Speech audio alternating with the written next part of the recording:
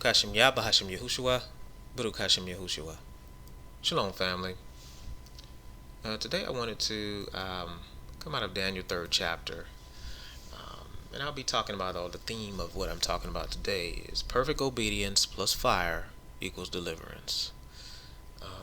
And this is important to remember because we are promised deliverance. We also are promised trials. We are promised distresses. But we are promised deliverance from them all if we are obedient, if we have the perfect obedience that Yah is looking for. And Daniel 3rd chapter is a case study in that obedience and in this entire theme today that we're talking about, perfect obedience plus fire. And literally, they dealt with fire. But they had deliverance, and that's because they had the obedience that was required. This is the same thing we go through, okay, in various forms. But if we expect deliverance, we have to have that obedience that was displayed by the three Hebrew boys. Okay. Again, we're coming out of Daniel 3, and we're going to go over this and kind of break some of this down because we need to know how to apply this to our lives today. We have to understand that we are required to obey the scriptures, not just some outward show that looks good, but in our hearts and with the mind that we want to please Yah every day, not ourselves, okay, not having a fleshly mindset. You can't have perfect obedience if you're worrying about pleasing yourself. You have to worry about what Yah wants. People are hollering around and raving about things that are earthly, and they seem to not care at all what Yah is going to do. We're worrying about what the current president is going to do. We're worrying about all kinds of stuff except for what the Most High Yah is going to do, because he is angry at the current state of things. Okay, so we're going to look at Daniel 3. We're going to go to verse 1 through 25. I won't read all these verses, but we will cover the things that I want to take a look at here. We'll start in Daniel 3 with verse 1. Okay, it reads, Nebuchadnezzar the sovereign made an image of gold, whose height was 60 cubits and width was 6 cubits. He set it up in the plain of Dura in the province of Babel. Okay, so we're talking about an image that he set up. And this is important because we have to look at this image and what this is talking about. It goes on to say they gathered together all the important people. Okay, verse 2 and 3. All the important people came. The viceroys, nobles, governors, magistrates, all these people showed up. And they stood before the image. All the people who thought they were something. Okay, they came and they were willingly standing up in front of this image, ready, okay, to fall to their knees. Okay, let's keep going here. Verse 4. Then a herald loudly proclaimed, To you it is commanded, O peoples, nations, and languages, that as soon as you hear the sound of the horn, the flute, the zither, the lyre, the harp, the pipes, and all kinds of instruments, you shall fall down and do obeisance to the gold image that sovereign Nebuchadnezzar has set up. Now let's look at this. We have to understand, as I've spoken about other times, that we will go through distresses. The scripture promises this. The scripture also promises that the Most High Yah will deliver us. But in this, that devil, he desires for us to bow down to our circumstances, okay? To bow down to what he threatens to do to us, okay? We as people, especially as Israelites, Negroes, we go through a lot of issues, whether it be financial, medical, family. There's a lot of issues that we have to endure. And in this, these things that occur come upon us. That devil wants us to bow down. He literally wants us to dance to his music. Okay? If we look at verse 5 here, it says, hey, when you hear this music, you better do what I say. That is what the devil is saying here. When you hear this music, you better bow down to this image. And, nothing has changed. When we go through these things and we are faced, okay, and literally many of us are faced with a literal image that we are captive to, okay, and these so-called churches, all this religion that we have, and it is a test and a challenge for people to walk away from that and to refuse to bow down to that. But if we look at it in the sense of our daily trials or the things that we go through in our lives, that devil wants us to bow down and give up and not have that perfect obedience, which teaches us to have total faith, to not cast away our confidence, to know that the Most High is coming to show up on our behalf, that we will be delivered, that He will, okay, not forsake us, as He promised. But you see right here, hey, as soon as you hear this, you better bow down.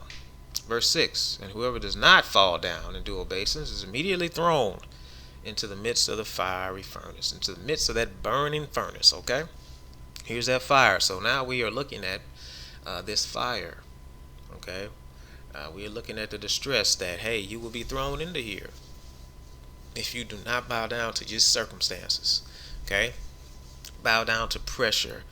A lot of people, they come into the knowledge of the way, the truth, who they are, what they're supposed to do, and they will bow down to pressures in their family, to give up on what they know to be true, to turn their backs on the truth of who they are, the truth of who the Most High is, Son, and they will just continue to be a slave to this religion that have been thrust upon us, and in the end will not make it into the kingdom because they refused, okay, to obey and to stand up for what was right and to be obedient to these scriptures, okay? So we don't want to be in that situation. So here was the threat: hey, you will be thrown into the fire if you disobey, if you do not bow down to this image, okay? Now we're gonna skip a little bit here. What happened is that they blew the horns and they made all the noise, all the music they wanted to, and the three Hebrew boys, okay, with Shadrach, Meshach, and Abednego, they refused to bow down, okay? They would not bow down to the image that had been set up. So this was a problem. It's a problem for the devil when you don't dance to his music, and he wants to threaten you with total destruction, okay, if you don't succumb, okay, to his threats. You don't succumb to what he wants you to do, which is, and ultimately, disobey the Most High Yah. Okay, so it was reported, some snitches came and reported it to Nebuchadnezzar that the three Hebrew boys will not bow down. So, he confronted them. Okay, this is where we're starting now. Daniel 3 verse 14. Nebuchadnezzar spoke to them and said, "Is this true, Shadrach, Meshach, and Abednego, that you do not serve my Elohim? You do not do obeisance to the gold image that I have set up? Now, if you are ready, when you hear the sound of the horn, the flute, and all this music, okay, I'm paraphrasing a little bit, that you do obeisance. If you do that, good. We good. We cool. I'm not going to do anything to you." He said, "But if you do not do obeisance, you will be immediately thrown to the midst of the burning furnace of fire. And who is the Elah who does deliver you from my hands?" That's bold talk, That's how the devil does. He tells you, you're not going to, there's no use in you having faith. You're not going to be delivered. You're going to lose. Okay? Yah's not going to come through for you. You will lose everything. You will die. Whatever. He will come and write your whole life story if you let him. But we cannot bow down to his threats. We cannot bow down to what he is trying to show us. Okay? Just because he's playing his music, we're not going to dance to it. Now, verse 16. Shadrach, Meshach, and Abednego, they answered. And they said, "O Nebuchadnezzar, we have no need to answer you in this matter. For if so, our Elah, who we serve, is able to deliver us from the burning furnace of fire. And from your hand, O sovereign, he does deliver." Okay, so they proclaimed boldly, our Elah can deliver us. He promised to deliver us, so we are going to trust in him. This is our proclamation. This is the proclamation we have to make to that devil, to that adversary. We will be delivered because Yah promised us we will be delivered. Okay? We're not bound down to these circumstances. We're not bound down to your threats. Because people will threaten you. Okay? They will threaten you. They will try to force you and coerce you into disobeying Yah, into doing what they want you to do. We cannot live this way. This is not what Yah said. We ought to obey him and to trust in him in all circumstances. Okay, let's keep going here. Verse 18. But if not, now these three Hebrew boys continue to proclaim, if he doesn't and chooses, not because he cannot, but if he chooses not to deliver us, well, Let it be known to you, O sovereign, that we still do not serve your Elohim, nor do we do obeisance to the gold image which you have set up. Now, of course, this infuriated Nebuchadnezzar. The devil would get furious, so he commanded that fire be heated up, 7 times hotter. Make this fire hotter. We're really going to burn them good. And they bound them up, and they took them all, and the men who threw them in, they were getting burned up because the fire was so hot. Okay? So they threw these men in. We're going to pick it up again in verse 23. They threw Shadrach, Meshach, and Abednego into this fire. But they were thrown in this fire with perfect obedience because they didn't care what the outcome would be. They just realized, I'm going to serve Yah regardless. I'm not going to bow down to this. I'm not going to believe in it. I'm not going to give any thought to it. I'm just going to serve the Most High Yah. So they got thrown in this fire, but they had perfect obedience. So remember the equation, the formula. Okay, perfect obedience plus fire equals deliverance. Verse 24, then sovereign Nebuchadnezzar was amazed and stood up in haste and spoke and said to his counselors, did we not throw 3 men bound into the midst of the fire? They answered and said to the sovereign, certainly, O sovereign. He answered and said, look, I see 4 men loose. Now let's understand that. Okay? Because Most High say, will never leave you nor forsake you. Now they threw 3 men bound. So it would seem as the devil just throw you in bound. You can't do nothing. You're totally tied up. I mean, it's the way it looks like. But when you have that perfect obedience in your heart, see, now the reality will come to fruition that you actually are loose. You actually are delivered. Saw King Nebuchadnezzar looked and saw 4 men, and they were loose. They weren't bound anymore, walking in the midst of the fire. Now they were walking around in there with no pain. They were not being burned. They were not being hurt in any way. They were totally protected. That fire had no power over them because perfect obedience was involved. It says, and they are not hurt. And the form of the 4th is like the son of Elohim. Who is this? It didn't say an angel or a messenger of Elohim. It said the son. For those who say the son is Israel, well, you have 3 children of Israel thrown in there, and the 4th is like the son of Elohim, so of their Elohim. So we're talking about looking at the son right here. Yahushua HaMashiach, the king, recognized him because the Most High Yah, in essence, told him who he was. So he looks in here and he sees 4 men walking loosed and delivered.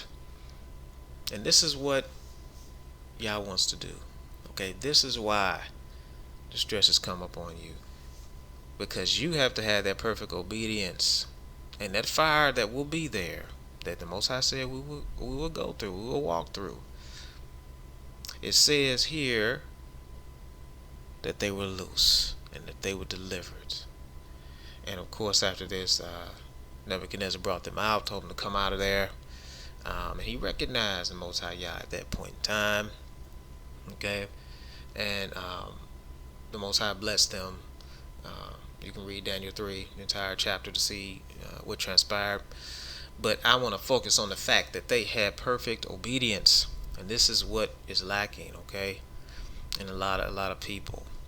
They don't have that perfect obedience. That flesh takes over, okay, and so when situations come upon them and they handle it wrong, they don't trust in Yah. Don't leave it in His hands. They're gonna fix it themselves, or they're gonna fight their own battles, or they're gonna just give up, or some fleshly response. The Most High says that if you have perfect obedience, if you obey me, and you keep my commandments, then you may ask what you will. I will bless you. I will do what you ask me to do. I will come through for you. I will bring you out into prosperity. I will never leave you nor forsake you. But we have to include obedience into the equation. Okay? We cannot rely on the outward appearance, outward forms, okay, with no obedience in our heart to want to please Yah in every way. Okay, it's more about a look, about how we're looking on the outside. We have to make sure that we obeying Yah on the inside. And when these things come upon us, that inward man, okay, is in the right condition to be delivered. And hopefully these scriptures bring you some comfort in whatever you're going through. That fire that you are seeing, that stress, that distress that you are facing, if you perfectly obey Yah and you trust in Him, and you live a set apart life, and you refrain from all this sinful, fleshly activity, that you will be delivered. Hallelujah. And may Yah add a blessing to His word.